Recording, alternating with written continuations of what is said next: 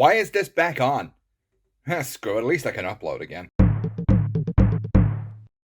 Yo, one of these things. Well, these are pieces of vital wheat gluten that I've smooshed out with some seasonings and some water to make seitan, which is basically like a plant-based chicken substitute.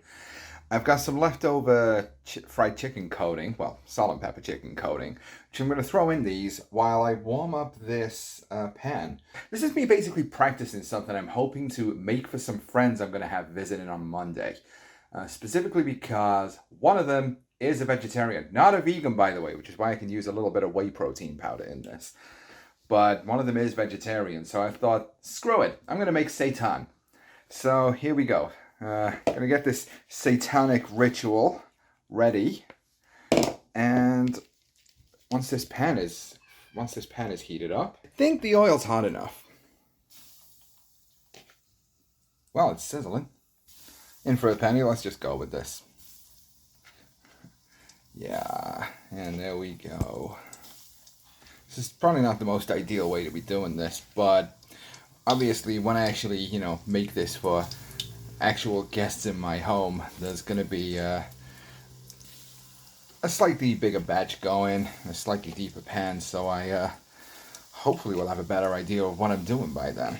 Right, and then I guess I'm just going to leave these to sizzle on both sides for like 4 minutes each, like I would with, 4 or 5 minutes each, like I would with regular pieces of chicken, and man, I hope this works. I've never actually made seitan using just wheat gluten before. I have attempted to do it using the flour washing method back when I was not on low carb.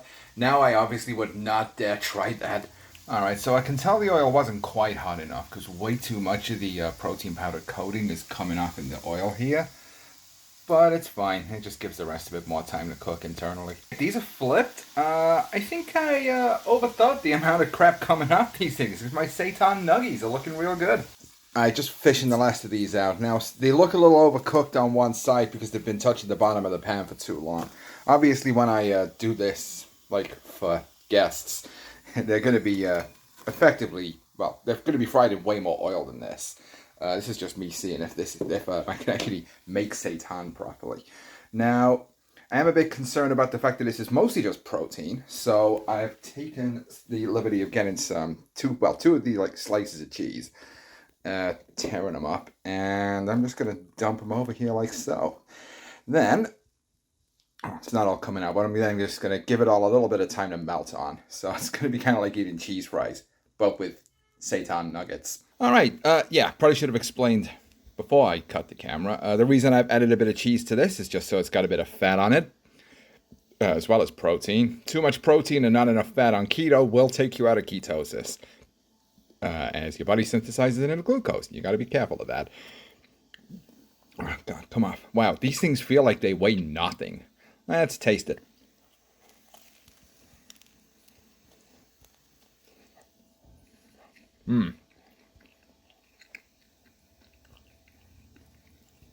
Wow.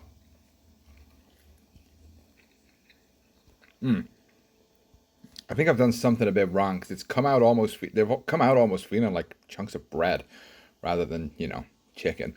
Maybe I needed more time to develop the gluten, but it's fine. I've got a few days to work on this. Yo, future Kirkhope here.